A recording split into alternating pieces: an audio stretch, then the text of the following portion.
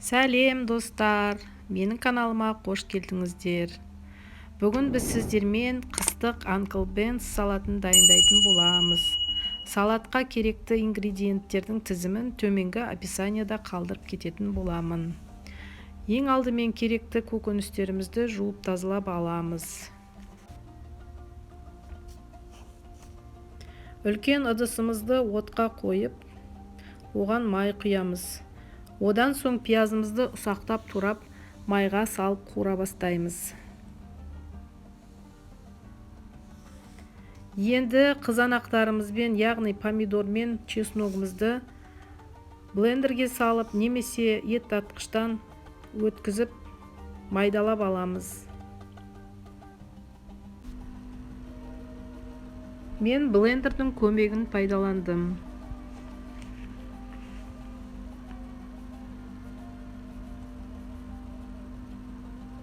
Енді қуырылып жатқан пиязымыздың үстіне жаңағы тартып алған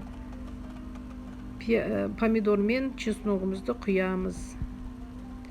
Одан соң кабачки, яғни кәдімізді алып, ұсақтап турап, оны да қосатын боламыз.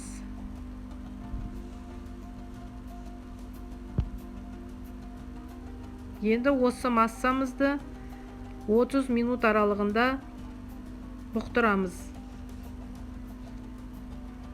Одан соң тұзымыз бен қантымызды саламыз.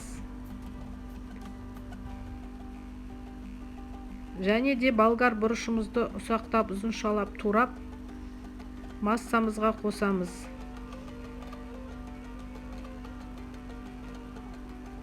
Енді тағы да 20 минут бұқтыратын боламыз.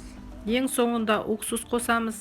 Одан кейін дайындап алған банкілерімізге қайнап тұрған массамызды құямыз.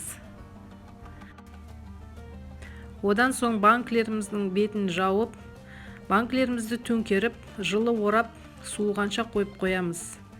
Салаттың жасалу жолы өте оңай, сондықтан да жасап көріңіздер. Өте дәмді, тойымды салат. Егер менің каналым сіздерге ұнап жатса, лүпіл басып пікір қалдырып кетсеңіздер болады. Рахмет.